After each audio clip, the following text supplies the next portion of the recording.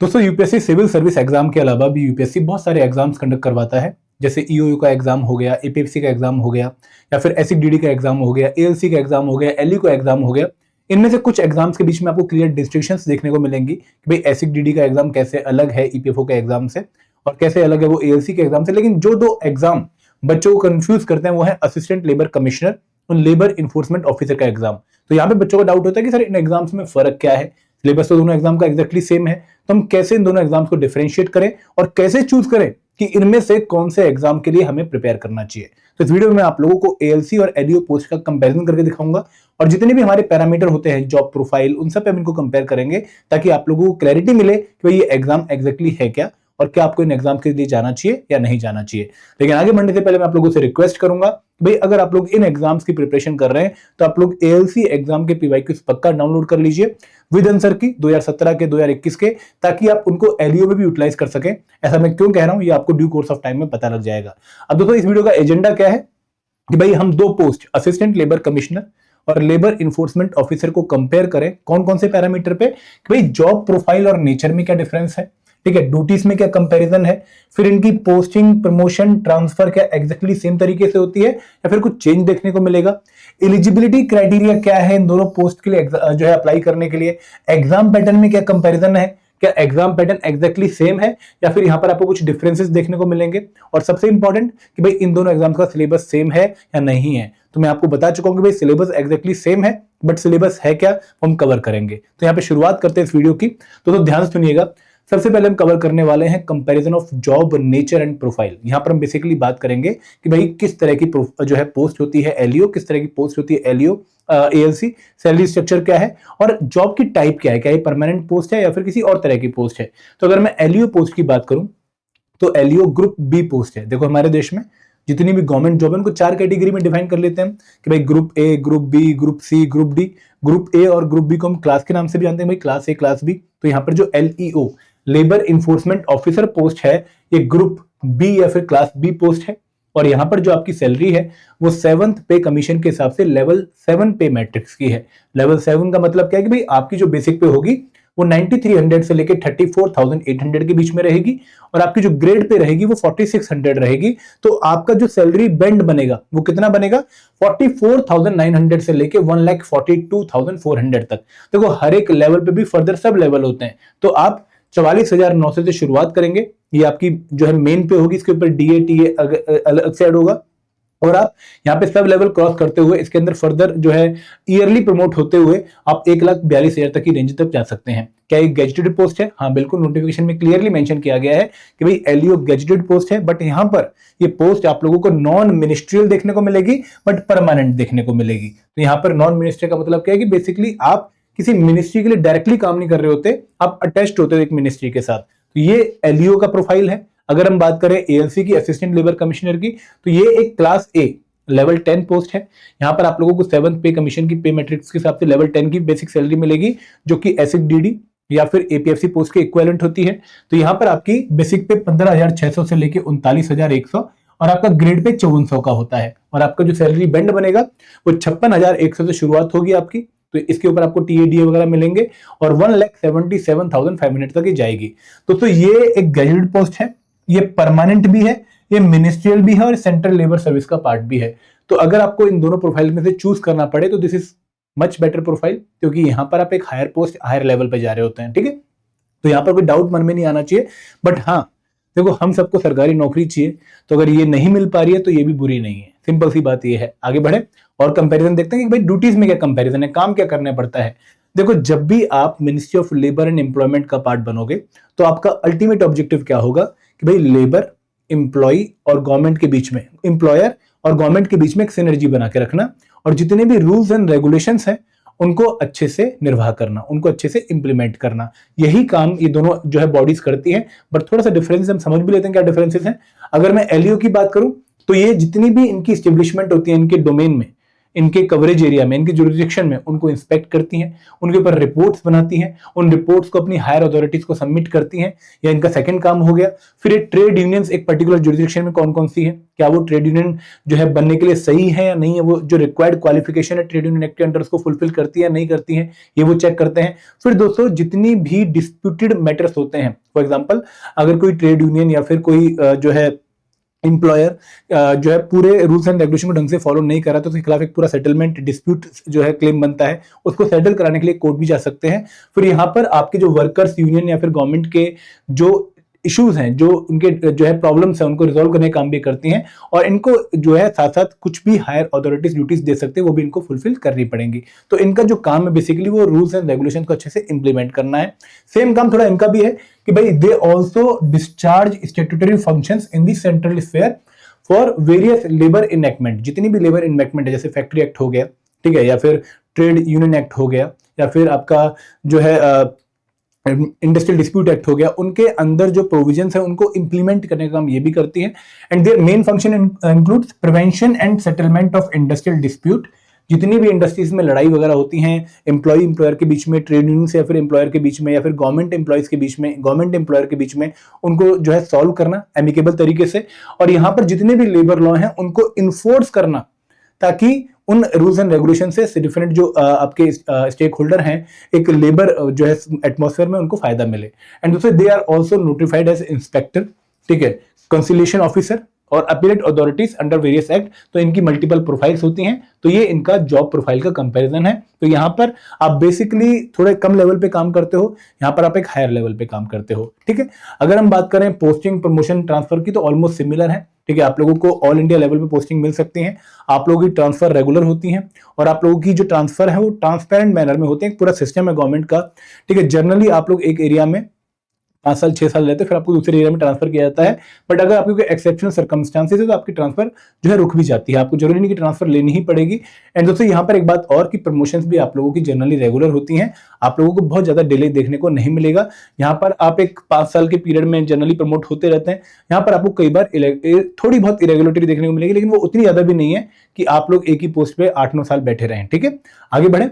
अब दोस्तों बात करते हैं एलिजिबिलिटी की। एक बहुत इंपॉर्टेंट स्लाइड है, यहाँ पर आप लोगों ने ध्यान से मुझे सुनना है, ठीक है, क्योंकि काफी लोगों को एलिजिबिलिटी के रिगार्डिंग इन दोनों वैकेंसीज पे डाउट रहता है। मैं पहले आपको एएलसी की एलिजिबिलिटी बताता हूँ, थोड़ी सिंपल है, फिर मैं आपको इसकी एलईओ की एलिजिबिलिटी बताता हूँ। देखो, असिस्टेंट लेबर कमिश्नर की जो एलिजिबिलिटी है वो क्या है कि भाई एक तो आपके पास डिग्री होनी चाहिए रिकॉग्नाइज्ड यूनिवर्सिटी की, मतलब आपकी ग्रेजुएशन कंप्लीट होनी चाहिए, पहली बात। दूसरी क्वालिफिकेशन क्या है, अगेन इसेंशियल क्वालिफिकेशन है। इसेंशियल क्वालिफिकेशन का मतलब कि ये होनी जरूरी है, अगर ये नहीं है तो आप फॉर्म फिल नहीं कर सकते, ठीक है। इसेंशियल क्वालिफिकेशन मतलब मस्ट क्वालिफिकेशन। तो पहले हम एजुकेशनल क्वालिफिकेशंस की बात कर रहे हैं, तो यहां पर एजुकेशनल क्वालिफिकेशन में जो इसेंशियल मस्ट क्वालिफिकेशन है पहली, वो ये है कि भाई आपके पास डिग्री होनी चाहिए। और सेकेंड क्वालिफिकेशन क्या है, जो आप में से अब तक तो बहुत सारे लोग जान चुके हैं, भाई किन्हीं 5 एरियाज में आपके पास डिप्लोमा होना चाहिए। कौन कौन से 5 एरिया हैं? Social work, labour welfare, labour law, personal management या फिर इंडस्ट्रियल रिलेशन। इनमें से अगर किसी फील्ड में आपके पास डिप्लोमा है और आपकी ग्रेजुएशन कंप्लीट है तो आप फॉर्म फिल कर सकते हैं for assistant labour commissioner examination.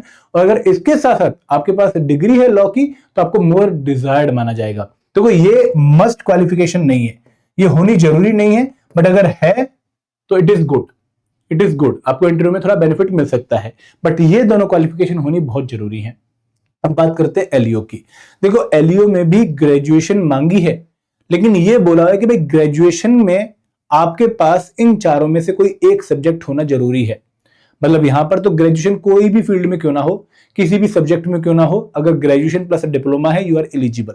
लेकिन यहां पर ग्रेजुएशन भी कुछ कंडीशंस के साथ मांगी गई है। कंडीशंस क्या है कि भाई आपके पास ग्रेजुएशन में कॉमर्स होना चाहिए, या फिर इकोनॉमिक्स होना चाहिए, या फिर सोशियोलॉजी होनी चाहिए, या फिर social work as one of the subject होनी चाहिए। मतलब इन चारों में से अगर आपके पास ग्रेजुएशन में कोई भी एक सब्जेक्ट था और आपकी ग्रेजुएशन कंप्लीट है from recognised university, then you are fulfilling one of the essential qualification, one of the essential condition. Second essential condition क्या है? डिप्लोमा। अब यहां पे फील्ड अलग है थोड़े से। डिप्लोमा इन लॉ और लेबर रिलेशंस और लेबर वेलफेयर और लेबर लॉस और इंडस्ट्रियल रिलेशन और सोशियोलॉजी और कॉमर्स और सोशल वर्क और वेलफेयर बिजनेस एडमिनिस्ट्रेशन और पर्सनल मैनेजमेंट। तो यहाँ पर आपके जो फील्ड हैं डिप्लोमास के उन्होंने काफी बढ़ा दिए हैं। कुछ फील्ड कॉमन है एएलसी वाले, कुछ फील्ड्स डिफरेंट हैं। क्लियर हो गया? डिफरेंस क्या है एलिजिबिलिटी में कि भाई वहां पर ग्रेजुएशन प्लस 5 में से किसी एक फील्ड में अगर डिप्लोमा है then you can fill the form. यहां पर ग्रेजुएशन विद कॉमर्स और इकोनॉमिक्स और सोशियोलॉजी और social work as one of the subject plus diploma in more than 9 fields अगर है तो आप एलिजिबल हैं। इनमें से किसी भी एक फील्ड में आपके पास डिप्लोमा होना चाहिए। अब यहां पर भी एक डिजायरेबल क्वालिफिकेशन है कि भाई अगर है तो बहुत बढ़िया है। वो डिजायरेबल क्वालिफिकेशन क्या है कि भाई अगर आपका 1 साल का वर्क एक्सपीरियंस है कुछ पर्टिकुलर एरियाज में, गवर्नमेंट या फिर इंडस्ट्रियल ऑर्गेनाइजेशन में, तो आपको हम डिजायर्ड मानेंगे, मोर सुटेबल मानेंगे। क्लियर है? कोई डाउट नहीं होगा? आई होप क्लैरिटी मिलेगी। एक बार दोबारा से जल्दी से एक्सप्लेन कर देता हूं ताकि आपको फुलफिल जो है एक मन में जो है शंका आपकी खत्म हो जाए, फुलफिलमेंट की फीलिंग आए। जो एएलसी की क्वालिफिकेशन है वहां पर आप लोगों से डिग्री मांगी है किसी भी फील्ड में, किसी भी एरिया में, किसी भी सब्जेक्ट के साथ ग्रेजुएशन मांगी है, प्लस आपके पास labour law, industrial relation, labour work, social welfare या फिर पर्सनल मैनेजमेंट में आपके पास डिप्लोमा होना चाहिए। किसी भी एक फील्ड में आपके पास डिप्लोमा होना चाहिए, फॉर्म फिल कर सकते हैं। यहां पर आपसे ग्रेजुएशन विद सर्टेन सब्जेक्ट्स मांगी है। आपके पास कॉमर्स या फिर इकोनॉमिक्स या फिर सोशियोलॉजी या फिर सोशल वर्क में से कोई एक सब्जेक्ट ग्रेजुएशन में होना जरूरी था, तभी आप एलिजिबल माने जाएंगे। प्लस आपके पास इन 9 में से, जो आपको बहुत सारे फील्ड दिए गए हैं, इन 9 में से किसी एक फील्ड में डिप्लोमा होना चाहिए। ठीक है, क्लियर है? अब दोस्तों यहाँ पर एज लिमिट में भी फर्क है। एज लिमिट में फर्क क्या है कि भाई अगर आप एलयू एग्जाम के लिए अप्लाई करने की सोच रहे हैं तो आपकी मैक्सिमम एज लिमिट 30 होनी चाहिए और मिनिमम मेंशन नहीं कर रखी है। तो यहाँ पर थोड़ी सी एज लिमिट ईओ के हिसाब से है, ना कि आपकी एपीएफसी के हिसाब से या फिर एएलसी के हिसाब से। एएलसी में आप 35 की एज तक अप्लाई कर सकते हैं, यहां पर आप 30 की एज तक अप्लाई कर सकते हैं। एज रिलैक्सेशन दोनों पोस्ट के लिए सेम है कि भाई अगर आप शेड्यूल कास्ट या फिर शेड्यूल ट्राइब कैटेगरी से बिलोंग करते हैं 5 साल की रिलैक्सेशन है। अगर आप ओबीसी कैटेगरी से बिलोंग करते हैं 3 साल की रिलैक्सेशन है। अगर आप person with benchmark disability category से बिलोंग करते हैं 10 साल की रिलैक्सेशन है। अगर आप एक्स सर्विसमैन, कमीशन ऑफिसर, ईसीसीओ किसी फील्ड से बिलोंग करते हैं आपको 5 साल की रिलैक्सेशन है। या फिर अगर आप सेंट्रल गवर्नमेंट एम्प्लॉय या फिर यूटी गवर्नमेंट एम्प्लॉय हैं तो अगेन आपको 5 साल की रिलैक्सेशन है। तो ये चीजें सेम है, बट यहां पर डिफरेंस क्या है? मैक्सिमम एज लिमिट का एलईओ के लिए 30 है, एएलसी के लिए 35 है। क्लियर है? अब दोस्तों अगर मैं पैटर्न की बात करूं तो यहां पर मैं आप लोगों को बहुत क्लियरली बताना चाहूंगा कि इन दोनों पोस्ट के लिए जो एग्जाम है वो एक ही होता है। मतलब 2017 में एएलसी और एलईओ पोस्ट के लिए सिंगल पेपर कंडक्ट हुआ, उसी एग्जाम के थ्रू एलईओ के लिए भी बच्चे सिलेक्ट किए गए और एएलसी के लिए भी बच्चे सिलेक्ट किए गए।